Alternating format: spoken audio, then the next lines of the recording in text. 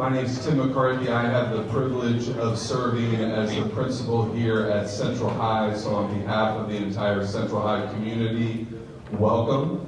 I am finishing my 15th year as the principal here. I am finishing my 26th year in Parkway. In addition to being a Parkway employee, I am a Parkway resident and a proud Parkway parent. My youngest of two daughters is graduating from high school in just a couple of weeks.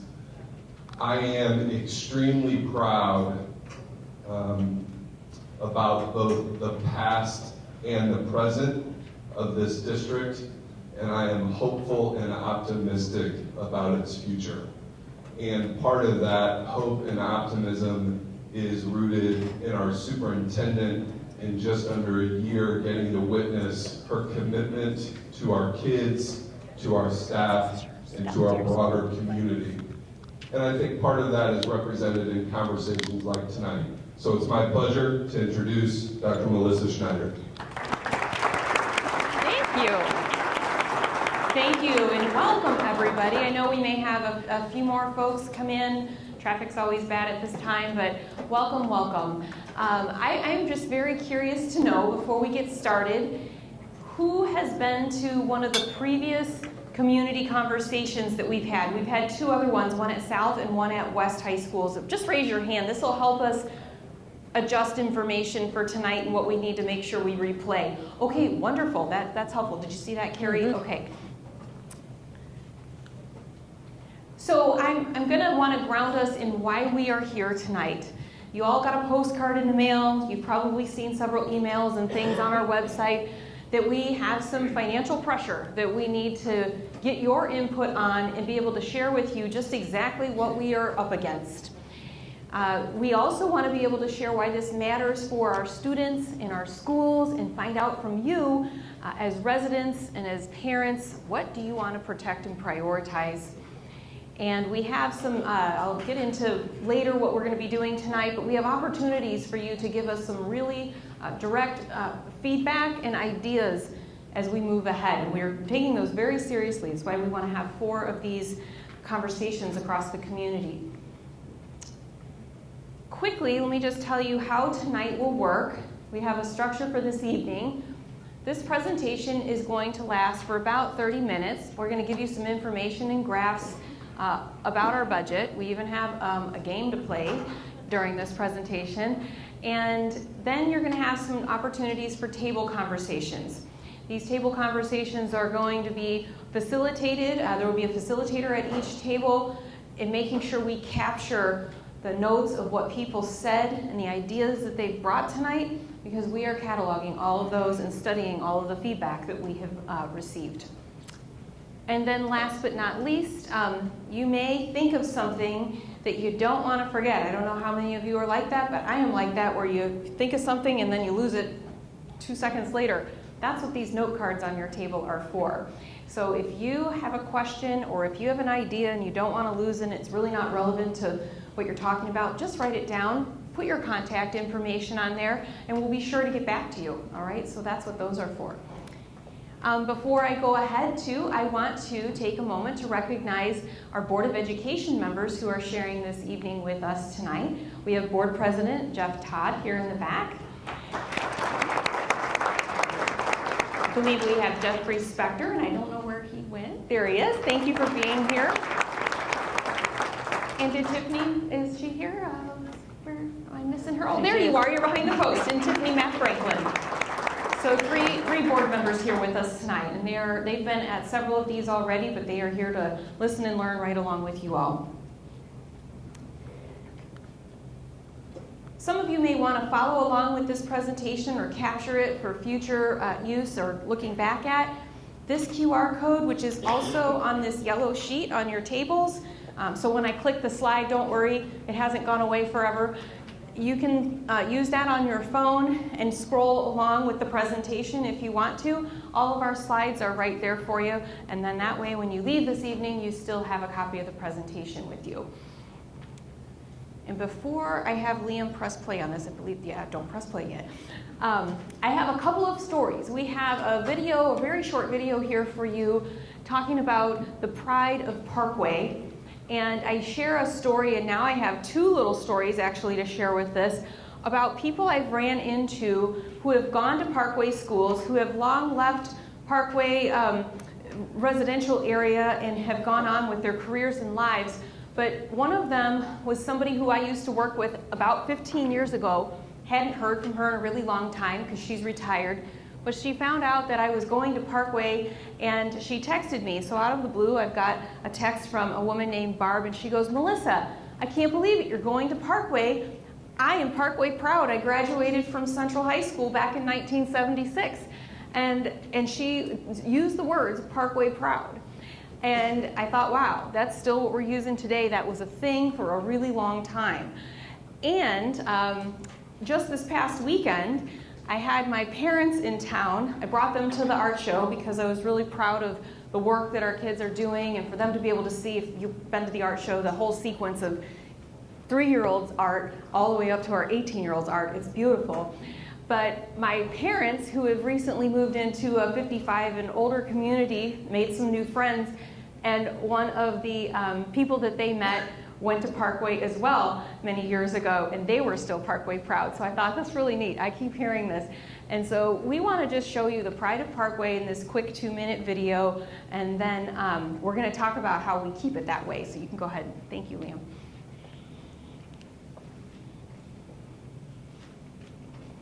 For more than 70 years, these schools have served the Parkway community, a reputation of excellence recognized across the Midwest as a premier educational experience for children in St. Louis County. Schools that are consistently rated among America's best high schools, producing scores in the top 10%, a nationally recognized school district of character. As you look inside, look closely. You'll see the heart of the work. The interactions between teachers, support staff, and students. The power of the moments that really matter.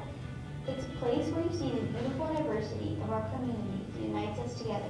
What may be harder to see are the humble, dedicated adults who graciously devote their time and talent to each of us. Its classrooms are full of highly qualified teachers and staff, carefully selected for their ability to be champions for kids. Bus drivers, leaders, and custodians. School resource officers who keep us safe.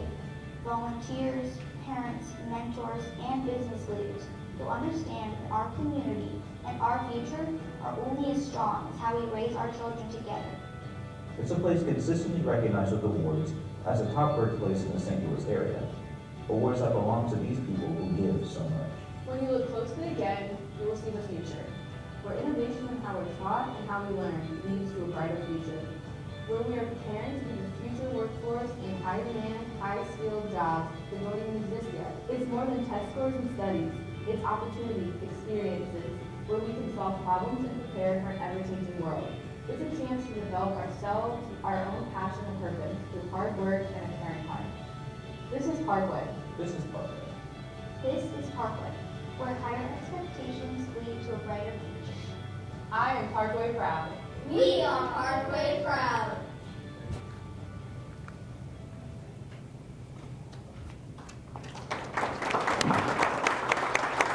Special thank you to our communications team who put that lovely video together. It warms my heart every time I see that. One of the things that one of the students said in that video is, if you look closely, you will see the future. And that's what I see when I see our kids. They are our future. They are doing so many amazing things. We're preparing them for jobs that we don't even know will exist, doing that the best that we can. So tonight, why are we coming together? We want to build a shared understanding. We want to provide clear and transparent information to you regarding our budget and receive your guidance. So here's a slide that you're going to see several times tonight. So now we get into the math before I hand it off to the CFO. This is the prelude, right, Carrie? Mm-hmm. So we have a 10-year forecast here that is not something that I like to look at. You have an orange line and a blue line. The orange line is our expenditures, and the blue line is our funding. In a more perfect world, you'd like to see these lines flipped. You'd like to see our funding exceeding our expenditures, but over the next 10 years is forecasted to be the opposite, beginning in fiscal year 27-28. So when you see the FY down there, fiscal year is the school year that starts in 27-28 school year. So we're going to examine that gap that you see in more close detail tonight. And this, like I said, is a graph that you're going to be seeing a couple of different times tonight. So the reason why this is a multi-year problem is it's really a perfect storm. There's a trifecta that's happening here. We've got costs that are rising faster than we've planned for. Our inflation is, and you know this too, as people, and everybody in this room who has a household who pays bills, you know that things are, the cost of things at the grocery store, the gas pump, all that, they compound. Parkway is like a huge household. We'll hear more about that tonight, but costs are rising faster than what we have planned for. There's also been some legislative actions, and not only recent ones, but over the years. Recently, the senior tax freeze is one of the actions that is going to be kind of taken away from our budget in the long term. But in the past 20 years, we've also have been able, you'll learn tonight, the Hancock Amendment has allowed us, or not allowed us, to actually collect the amount of funding to the maximum amount that we can. You'll learn more about that tonight. So it's caused us to roll back our tax rate, sometimes involuntarily. Somebody asked me at one of these sessions, before I go on to the last bullet, would we be having this conversation now if the legislative actions hadn't taken place? And I said, probably not now, but not too far along after this. Because if inflation continues to go at the rate that it is, we would eventually cross those lines on the graph, just not as soon as you saw them crossing when you just saw that fiscal year 27-28. And what we really want to talk about is the impact that this will eventually have on students, which I don't want to see it have on students. We have made cuts that have not been at the student level, but we're going to share with you tonight ways in which what things cost us and the impact that they could have on students, staff, programs, services, opportunities. One thing that is, another thing that's very much Parkway proud, that's not necessarily mentioned in the video because that video is more about academics and students, but is our fiscal stewardship. We are one of only 4 school districts in the state of Missouri to receive a AAA bond rating. We have done that for several consecutive years.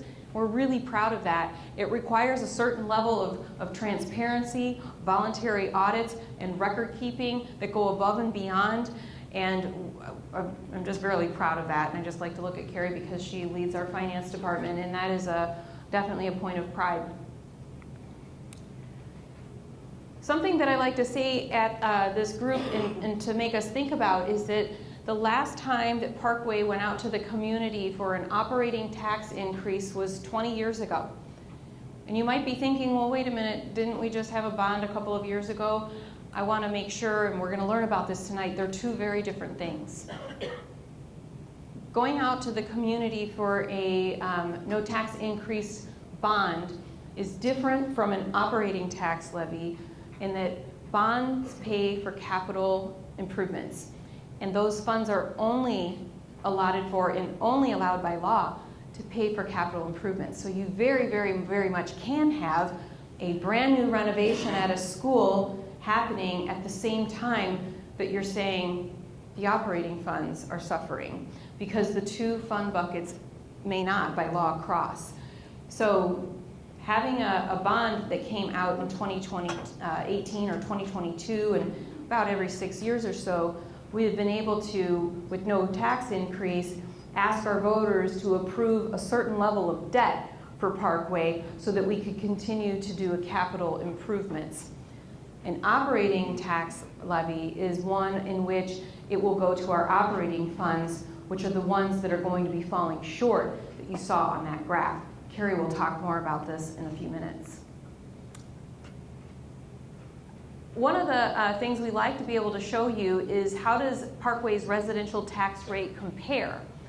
We actually are the 2nd lowest tax rate in the area, This slide has a lot of small letters on it and things like that, so if you can't see it, at the very top of the list is the Riverview Gardens School District with a tax rate of close to $5.09. At the very, very bottom, below Parkway, is Kirkwood with a tax rate of $3.05, and Parkway just above that at $3.16. And so now that I've kind of given you a little bit of math, I'm going to turn it over to our CFO, Carrie Nunn, to give you a lot more math and to play a math game, and it just gets more fun with Carrie. So Yes. Here we go. All right. Thank you. Okay, thank you guys for being here. I get the fun part, which is the numbers, and some of you might be like, that's not fun. I think it is, and I'll bring you along, and maybe by the end of the night, we'll see if you agree. So we're gonna dive in a little bit deeper into the topics that Dr. Schneider mentioned. So let's start with the basics. So at Parkway, we have 5 sources of funding.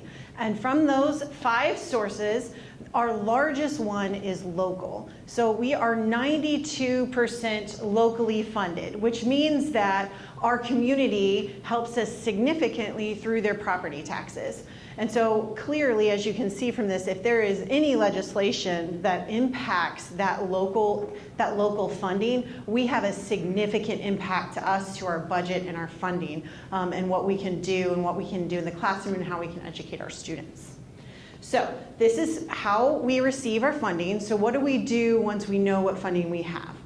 Well, we're going to start with this, and we're going to make a budget. So we're going to start at this top of our chart. So that dollar amount symbol represents our funding. And then we go down and we say we have to create a budget. So we have specific buckets of where we put that money. And those buckets can only be used for specific purposes.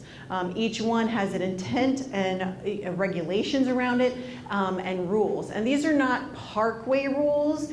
These are state and federal and Department of Education and accounting practices, government accounting practices that we have to follow. So it's not that we are creating these buckets and saying this is how we have to do it. This was set for us. So you'll see that through these buckets, some of them have a red X underneath them, which means those are the ones that have the strictest requirements around them of how you can use those funds. And then you go all the way over to your guys' left, and that is our operating bucket. And that is where you think of the traditional school coming out of. Funds coming out of it. And that one has a little green check mark underneath it, which means that fund, that bucket, is our most flexible bucket. So we can help out the other buckets, but not the other way around. So let's dissect that a little bit more. And you're like, what do you mean by it can help other buckets? So let's pull a couple of buckets out and talk about them. So you know, Dr. Schneider mentioned the bond bucket earlier. Well, that bond bucket represents, just recently in 2022, you may have gone to the ballot and generously helped us pass a bond for Prop S, and all of that money got put into this bucket, and now we are using that money to fulfill the promises that were made in that Prop S language that you voted on back in 2022. So we're going through and we're using that money.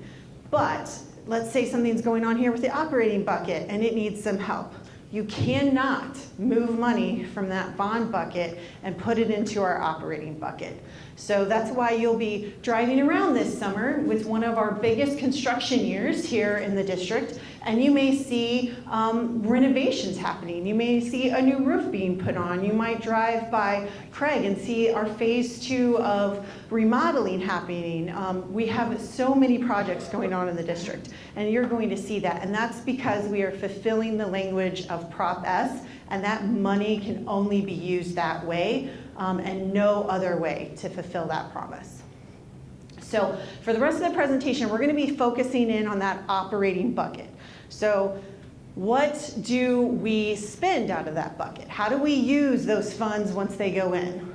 Well, we use it primarily to pay our teachers and staff that support our students. They represent 83% of our expenses. And this is not abnormal for Parkway. School districts, public school districts are in the people business. This very much represents, is a very commonality amongst school districts. You'll go and you will find that their expenses range anywhere from 75 to 85% staffing expenses. So that is 83% of our expenses. Then the remaining 17% is kind of what the things that you think of when you think about your classroom. It's the curriculum that the students are using. It's the food that we serve in the cafe. It's the gas that's driving our buses. It's the electric to have these lights on, or the water that's coming out of the sink when we use the restrooms. That is the 17%. So we've walked through where does our funding come from? We know we set up our budget and we have buckets, and then our operating bucket, this is how we use this. So now it's time to play a game. I like games. I hope you all do. I hope you do. We don't. I hope you do. And you're going to come along with me because I have the microphone. So we're going to play. And this next game, I really like it because it kind of reminds me of when I was sick home from school. It was the only thing that was on during daytime television besides soap operas. So maybe you will recognize it. Come on down. So if you are a repeater, so you may recognize all of this. So don't help out the other members at your table, unless you've forgotten what they are. Then go ahead. Maybe you're like me and you might not remember what the dollar amounts were. So our first category that we're going to go through here is going to be your common household essentials that you need in your home, and we're going to go with how much did these cost in 2016. How much did they cost in 2021? And then how much did they cost in 2026? I will also say, as we're going through these, if you do not like the price of these things, get mad at Google, okay? So our first category is a dozen of eggs. So how much did that cost in 2016, 21, and 26? The next one is an average monthly electric bill. So just for an average St. Louis home, what did it cost for 1 month of electric? And then the last category is a sedan. What does an average sedan cost in these 3 years? And this is like a no bells and whistles, just your average common sedan. And so I'm going to give you a chance to talk to your table and for you guys to pick out what you think this will be, and then we will come back together. You guys will have you'll have a minute.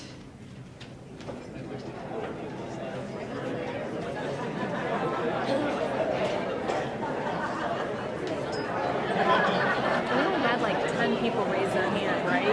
Okay. Oh, that's funny. Yeah.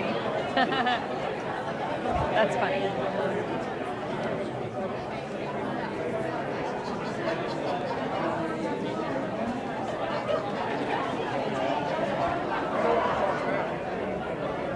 Some of them were like, oh, the answers are on the slide deck. We haven't had that happen. We haven't. Yeah.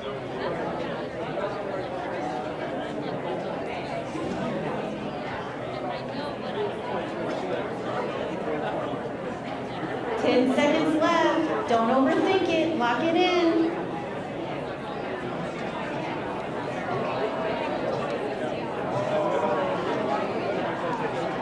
Okay, guys.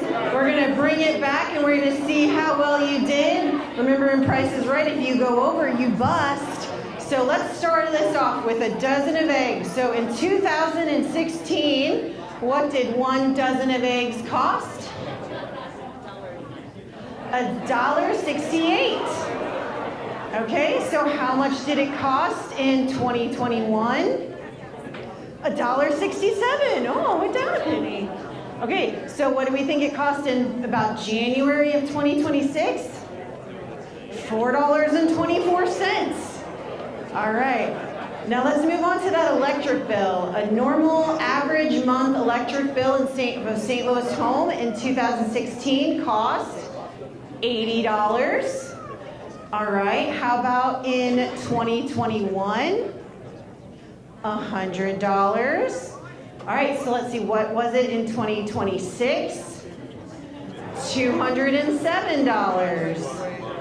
Okay, now let's move on to our sedan category. What was it in 2016? $15,000. All right, how about 2021? $22,000. All right, and let's see, what was it in 2026? $35,000. So, all right, so some of you that really like games, don't worry, we're going to do a second round. So let's go move to our second round. So our second round is Parkway Essentials. So we're going to go through some categories of our essentials that we need, similar to what an average home is. So our categories, the first one is curriculum. You'll see that has a little screen because curriculum looks a lot different than even what it did when we were in school. So it's not just textbooks anymore. It's licenses and software and Chromebooks. So it represents our curriculum and technology. Our next category is a water bill. How much does 1 year water cost for our district? The next category is a bus. How much does one school bus cost us in each one of these years? And then the last category is our health claim costs. So this represents our employees, our retirees, and all their dependents' healthcare claims. So I have given you 2016 because I don't expect you to know the starting point for that. So this is truly showing what we spent in each one of those categories. So in 2016, we spent $4.3 million in curriculum and technology for students. In 2016, for a year of water, we spent $375,000. And for one school bus in 2016, it was $90,000. And then in 2016, our healthcare claims was $31.7 million. So now I'm going to give you another minute, and you're going to, with your table, discuss what you think the costs were for those categories in year 21, and then what we have budgeted for 26.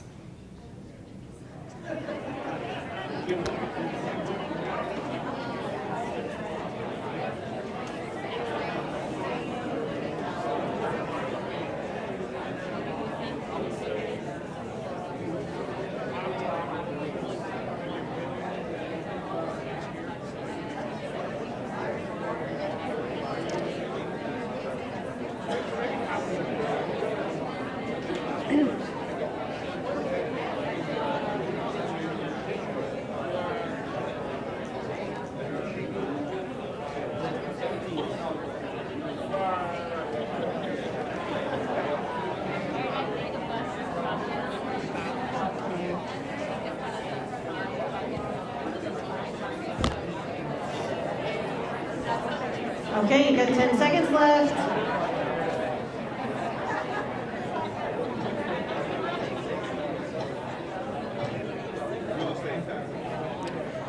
Okay guys, we're going to bring it back and we're going to see how well you did in these categories for Parkway.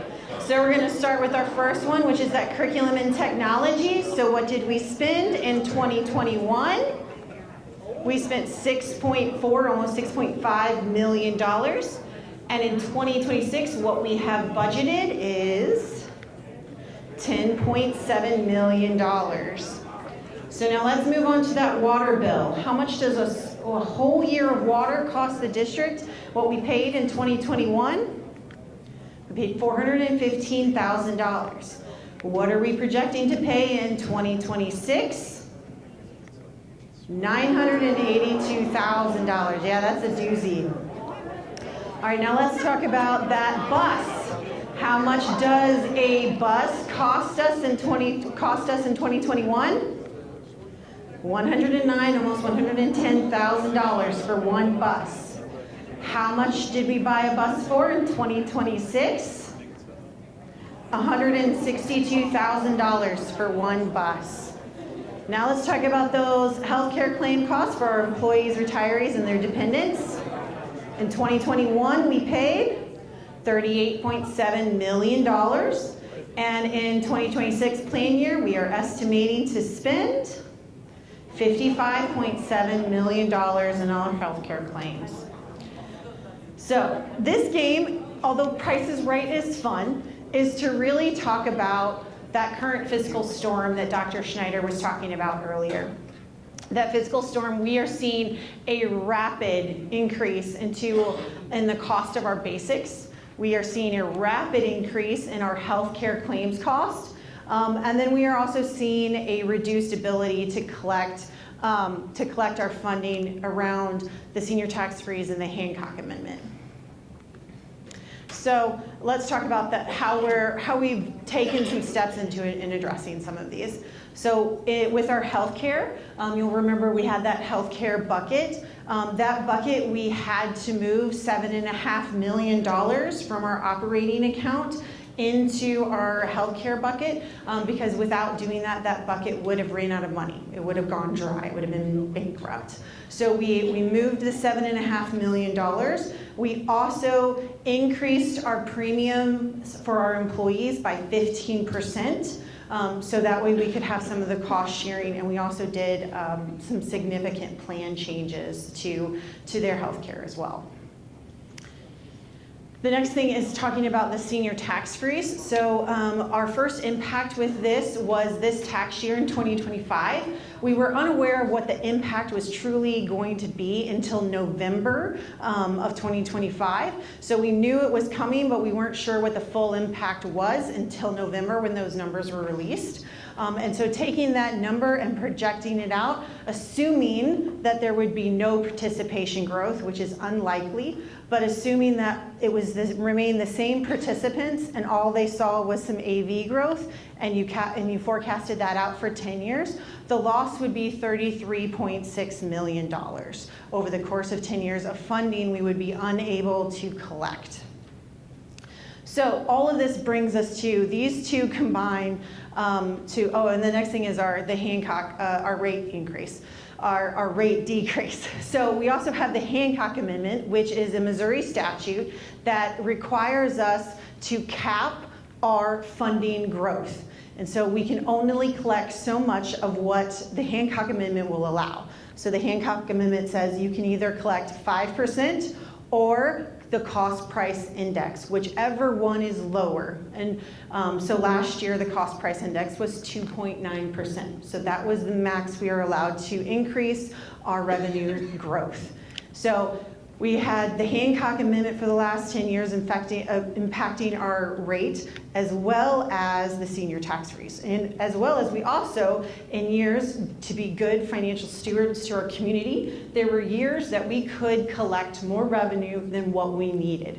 And so in those years, we did voluntary rollbacks of our tax rate, so that way we didn't tax our community more than what we needed. So between the voluntary rollback and the Hancock Amendment that forced us to roll back our rate, over the last 10 years, our rate has dropped $1.30 over the last 10 years with those two impacts. So you take into consideration the senior tax freeze plus the Hancock Amendment, and we get... Try to avoid that whammy. Here comes the spin.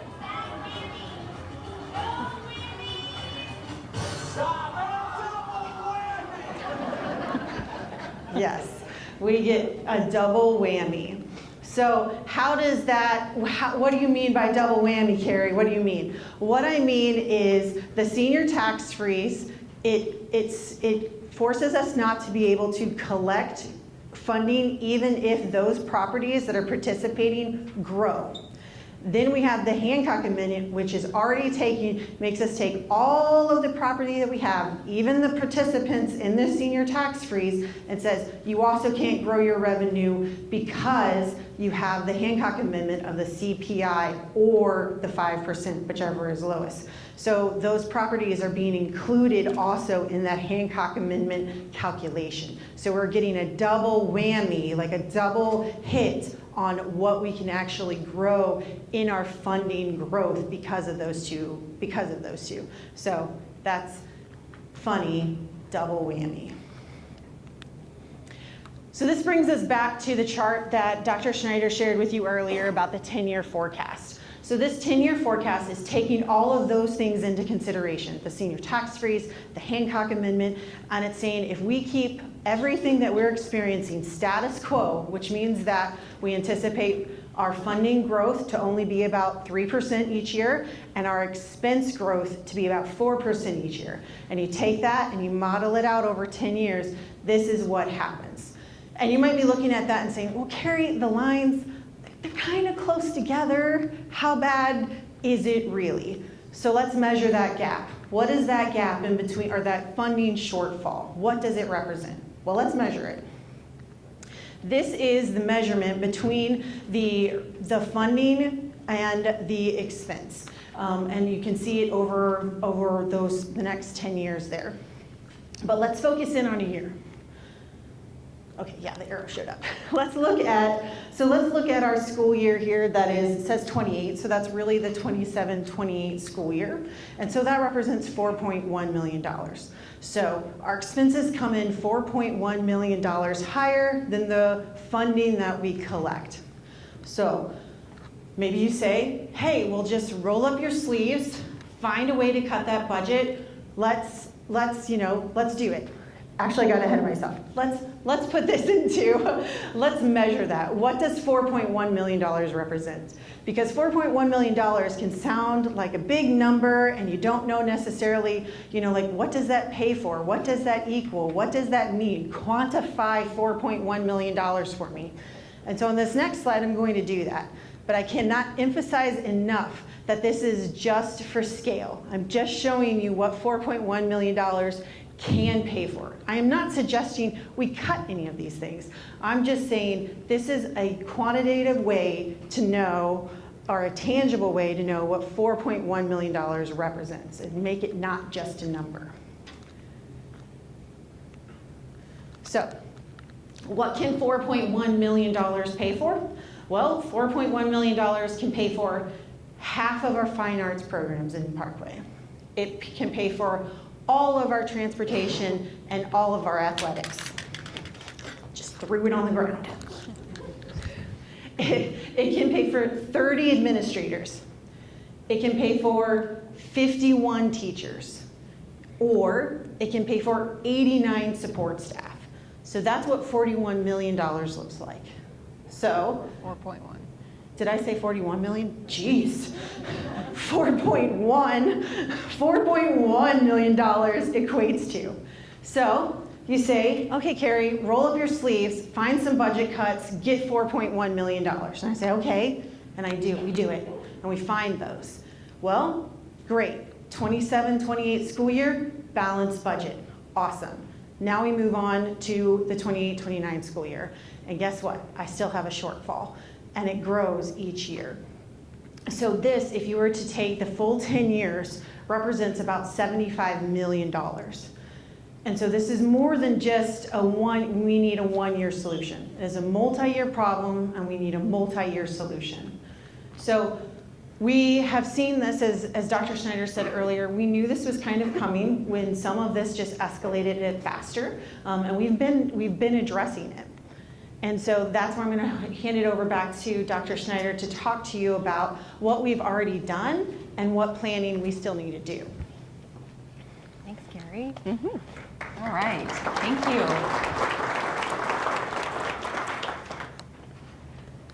When I came to Parkway, I was visiting cabinet level meetings about this time a year ago, last spring, when I was just visiting Parkway. So I was able to learn that we knew that there was going to be a tight budget because of inflation. What we didn't know, and as you heard Carrie say, we didn't know the impact of the senior tax freeze until this past November. So when I came here, one of the first conversations that I heard in cabinet was, how can we cut, because we know inflation is really going to squeeze us. And so we didn't have this chart necessarily, because this one factors in our senior tax freeze, but we were beginning to look at an intersection of our funding and our expenditures that was closer to us than we felt comfortable with. So in the 25-26 school year, and that's this year, before I came, there was decisions made that we would cut $12.7 million worth of these things out of our budget. We did a 10% reduction in supplies and services. That is, what Carrie had talked about, what we could control, but things that are in department budgets and school budgets. Some vacant positions went left unfilled. We reduced professional development, and we reduced building and department budgets. There was a 50% carryover in building and department budgets, which we reduced to 25% for this school year. Moving ahead to next school year, we found another $2.7 million. We are continuing to reduce building and department budgets even more with a 0% carryover. Our funding shortfall, as you know from the chart, begins in the 27-28 school year. Because these cuts, can't do a 0% rollover and then do a negative rollover. We start from zero. So we're out of ideas in that one. And strong reserves can cover a shortfall in the short term, but this is not sustainable. So let's talk about what I mean by reserves for a second. Reserves, also known as our fund balance, it is a percentage that we get every single year in June when we finish our budget. As you heard, Carrie talked about getting our taxes in November. That's our biggest payday. For a school district like Parkway that's 92% locally funded, Parkway's payday is in the November, December, January timeframe. And that money has to last for almost a whole year until our next payday, if you will. And during that time, we calculated how much we need to have in that account come the end of our fiscal year to last us until that next payday. And the fund balance numbers are roughly around 40 to 45% fund balance to be able to last us until that next payday. Otherwise, school districts who don't manage that well enough have to go out for what we call a tax anticipation note and actually borrow money, pay interest to be able to make payroll and other expenses. So we don't want to do that. That is something our board has said that they don't want to do. That's also a recommendation from our budget task force. So we are around the 52%, 53% fund balance right now, and that'll get us through next year. It's kind of like saving for a rainy day, but then we're going to be in that zone where we will have to take a tax anticipation note if we begin to run a deficit budget. So if cuts are part of the solution, what and how do we prioritize? So far, we've protected students in the classroom. That is of utmost importance. We are in the business of education, academic preparation for our students to be able to graduate from the Parkway School District and go on and be productive citizens and have opportunities to provide for themselves. We've avoided cuts that impact safety or instruction, because those things are things we've heard about over many, many years from our community, are high priority. We've also reduced non-classroom spending before direct student opportunities. So like I said, some of the supplies, some of the professional development, some of the behind-the-scenes things that are important and do impact students in a more indirect way, but we've trimmed there before trimming in classrooms. So after multiple years of reductions, future cuts will be harder to make without impacting students. So on our community survey that has been out and is live until, I believe, tomorrow, end of day, there's a question around a 46-cent tax increase. And what would it protect? It would protect safe and secure schools. We have great partnerships with our communities and municipalities and our school resource officers. It would help us continue to protect our schools in that way. It would protect high-quality teachers and staff. Attracting high-quality teachers and staff, there's a lot that goes into that.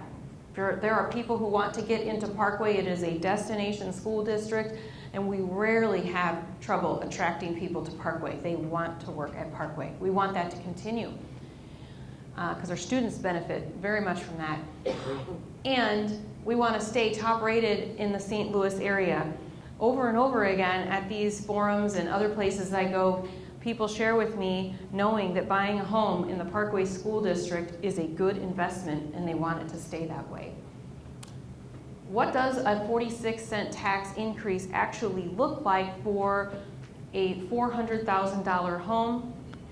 It's roughly $1 a day, $7 a week. So what you see here is, should we be able to factor in a 46-cent tax levy, this is how our chart changes. You see the initial boost of the change at the very beginning in fiscal year 28-29, and then the last tax levy, I might remind you, lasted 20 years. A 46-cent tax levy, all things held equal, we have patterned it out to last roughly 10. So I wanted to just show you what the changes could look like if all things held equal. With a 46-cent increase, our tax rate would be still in the middle of the pack compared with other St. Louis County school districts. So you may be thinking, what's the process here? Right now is part of the process of actually gathering input from you around solutions to our fiscal storm. Cuts, tax increases, some of both. That's what we're going to hear from you tonight about. We're also gathering a lot of feedback through our community survey as well, and we will be excited to look at the data from that sometime probably next week or the week after. As we kind of collect all this information from our community conversations, the last one being in May 28th, we will be bringing this information to the board probably in June for them to really think about, is this something that our community can support us with? Is there, what do we need to know about what they want to protect in Parkway? So the board can actually chew on a decision to potentially move forward with a ballot initiative. Only the Board of Education can place an issue on the ballot. And so that is not for me to decide, that is not for staff of Parkway to decide.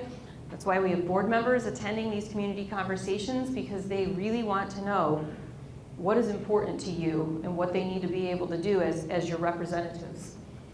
And then, if Parkway seeks a tax rate increase, our final decision will rest with voters in our community, you and me. So there's a long process here to go. We're at the very beginning of it, and we want to be open and transparent, get your input, and be able to synthesize that so that our leaders can make decisions moving forward. And so now, after all that talking from Carrie and me, I'm excited that we are going to enter into our group activity. So Elisa Tomich, who is our Chief Communications Officer, is going to lead us through that. Thank you. Thank you. Thank you, Dr. Schneider, and thank you everyone for coming tonight. So you've heard a lot of information. And now, we consider this probably the most important part of the evening because it allows us to listen to you. And although the information we share is important, what we hear from you we consider equally as important. So we want to know what resonates, what concerns you might have, what questions you have, and what you think leaders need to be considering as they plan for the future. At each table, there should be a facilitator. I want facilitators to raise their hands. I want to look for any table that might not have one. Do any of you kind of in a place where you're not at a table? It looks like that group. Are you all clustered around a table? Okay, well here is a table that has more room. So if you're at a space that's crowded, there is a table up here that has more room. What we're going to do next is you as a table are going to discuss 2 questions. I'm going to put them on the screen. Your facilitator is going to take notes and capture the bigger ideas that are said. And later, we're going to collect all this, and we're going to take it back, and we're going to theme it out just like we've done at the others. It'll give us a sense of, again, what resonates, what concerns you might have, and what you think we need to consider as we're planning for the future. Some norms, I just kind of want to say, I should probably go without saying, but we're going to have a lot of different opinions in the room. So be sure to listen to each other respectfully and allow everyone to share. And then finally, try to stay on topic. You'll have 20 minutes. And after you've been listening to this, Dr. Schneider mentioned at the beginning, there are note cards, and if you have questions you'd like for district staff to respond to, please write them down, we'll collect them, and we will get back to you. So after it's all over, we'll do a share out, we'll ask for volunteers to share what you all discussed. And I'll go ahead and, whoops. Liam, do you want to? We'll go ahead and start the timer. I'll give you a 1-minute warning when we get close. So go. So for the first question, I'm going to go back to what you said. Based on what you've heard about a potential tax increase and the impact of additional budget cuts, what would your group recommend as the best path forward? This is Annie Dickerson. She's our Director of Communications. She and I are going to go around and hand the mic over. So who would like to go first? What does your table talk about? I see someone right over here.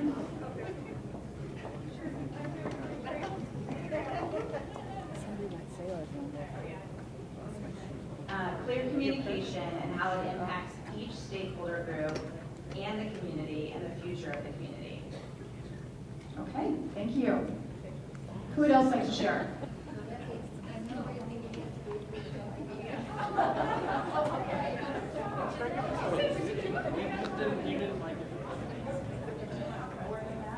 Okay. Hi, everybody. I'm Allie. My kids go to Shenandoah. Whoop, whoop. Okay.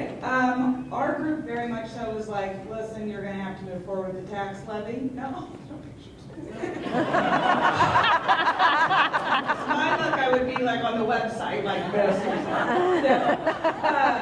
We said move forward and prosper with the tax levy, but we said really be strategic with how you come up with the data so that you too can really target the groups in the community, some that might be Parkway proud, some that might not be Parkway proud. They're going to have different messaging that you need to do. We also said recruit volunteers to canvass the areas. If you have all these people who are coming to 4 of these, you probably have people who you could train, give talking points, Q&As, go canvass the areas to help, and then also find a variety of ways to give the information. We said that Parkway does a great job with telling the story in many different ways, and capitalize on that by virtual sessions, things like this, getting out in the community, and council meetings. Good. I agree with her. You can raise your hand. You agree. Here's another volunteer over here. Who did you end it?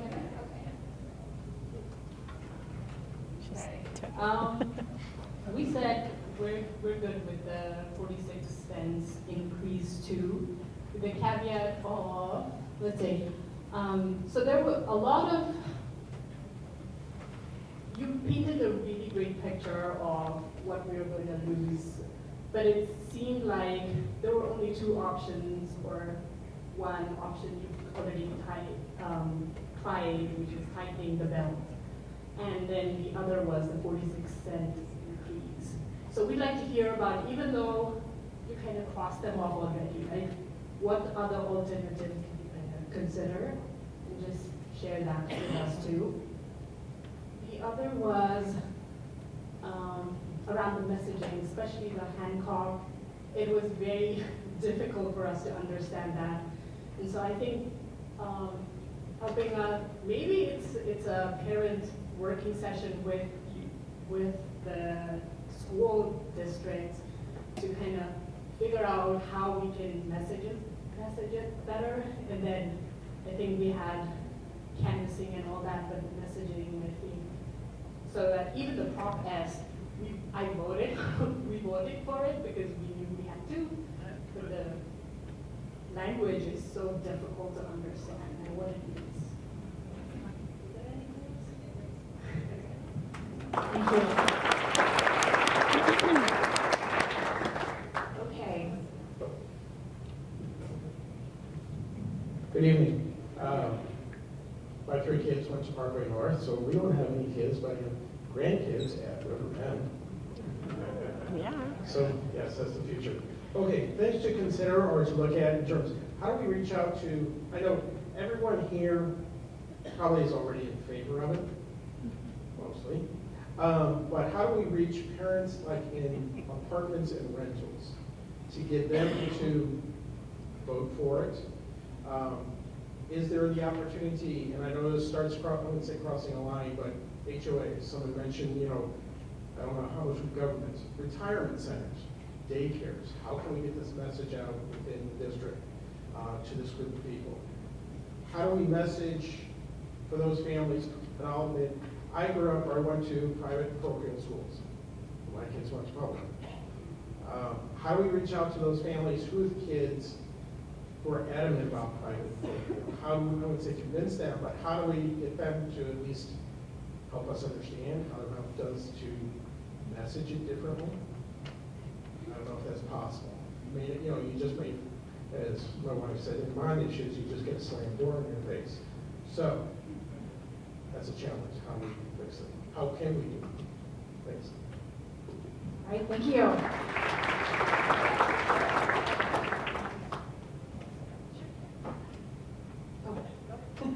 So we also had pretty unanimous support for the tax increase. Felt like a no-brainer to us. And with a couple of the things we talked about with the messaging around that, and that the messaging of $1 a day felt very. That felt like a better message than 46 cents. Like from a marketing perspective, that resonated and didn't feel like a substantial ask. We also found that the chart showing Parkway in relation to other districts was very compelling, and thought that would resonate well with residents to see where we rank and the sort of room for growth there without putting us at the top of that chart.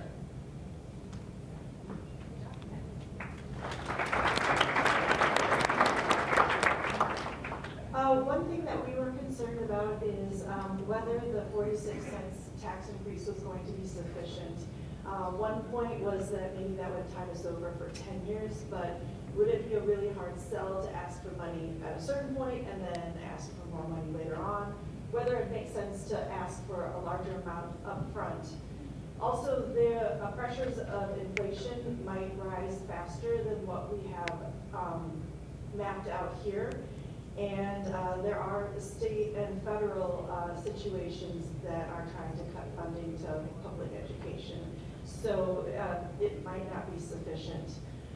In terms of communicating to those who do not have children in public schools, I know that I pay a lot more for this house so that we would be in a Parkway school district. We could live anywhere else in the city if we were going to be private. And so if you've got a retired person who is hoping to sell their house at some point, they will want their property values to stay high. And keeping Parkway strong is the best way to do that. And then we'll move on to the next. I think there's a hand over here.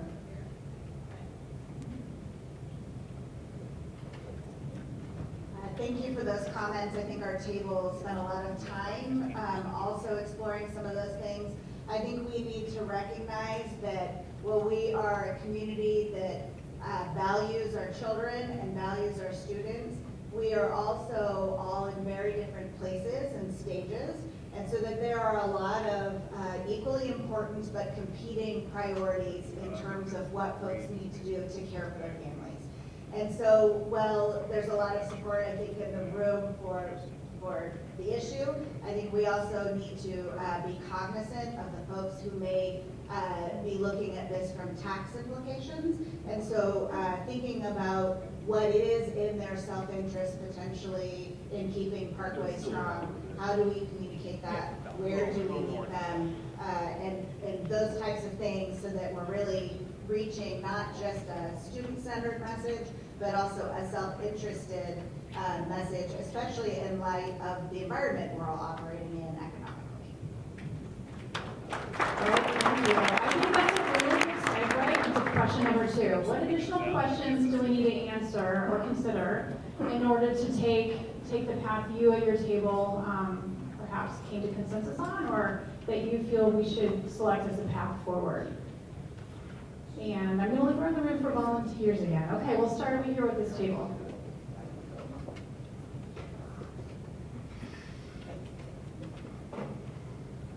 Hi, I'm Richard Smirker. I've 3 kids in Parkway Central right now, and one has already graduated. So obviously I know the value of great education, and everyone comes to Parkway School District because they want to be in it. And I think we should have the ability to keep paying for the school district that we want. So I'm confused as to how the folks in Jefferson City are stopping us from doing that. So the Hancock math, I think, needs to be amended. Toward that effort, I'll mention that I hope to be doing that next year, because I'm running to represent Chesterfield State House.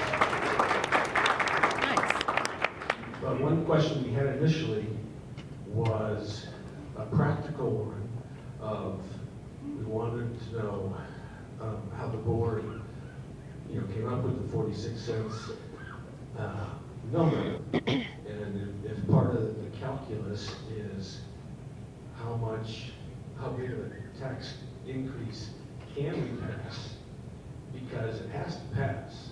And so if they went with a higher one, would that jeopardize? So it comes down to information, survey data. How big of a tax rate increase can we pass? And part of that presentation, and it is a matter of selling it to the people, informing the people why it's necessary, making a good presentation.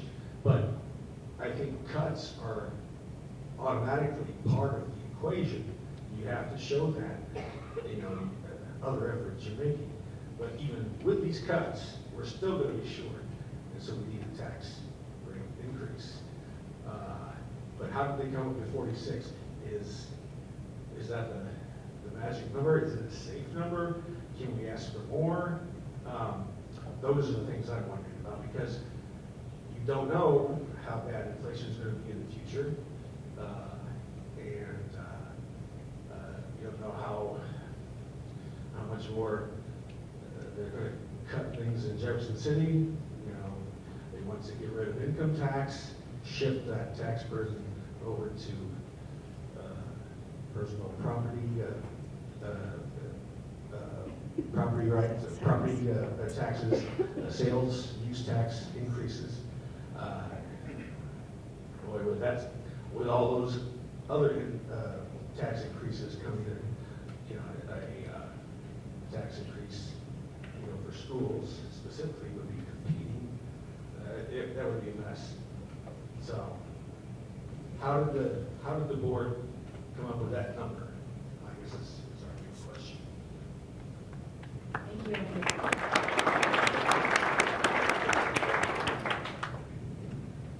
One of the questions that our group had come up is for this action to go forward is that the board or people start looking at how similar proposed increases have failed recently in neighboring school districts, and being able to be prepared for some of the counter arguments that have been raised and similar ones are being raised against Parkways. Thank you. Hi, thanks for this conversation. Maya Lunneman, I'm in the Parkway West District. I'm a second grader at Claymont Elementary. And one of the questions and clarification points that we had is, how does the tax increase impact the senior tax freeze, either positively, negatively, or neutrally? And how might we use that as a communication point when we're talking about this? Thank you. So we're going to just for the sake of time, we're going to do one more.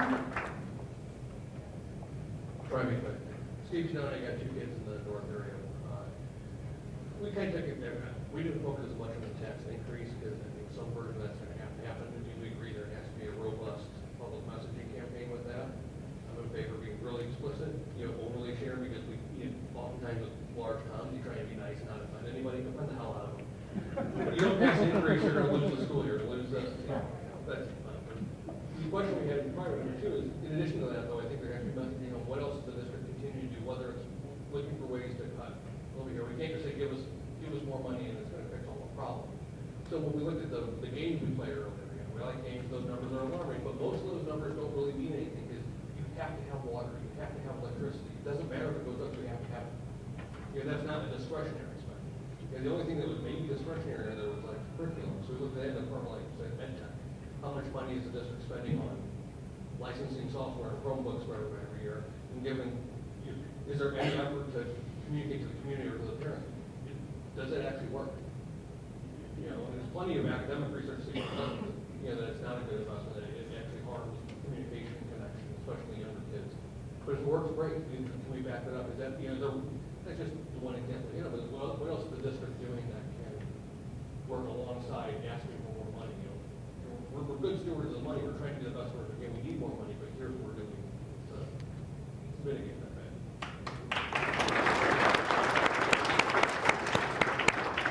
So thank you for all of that.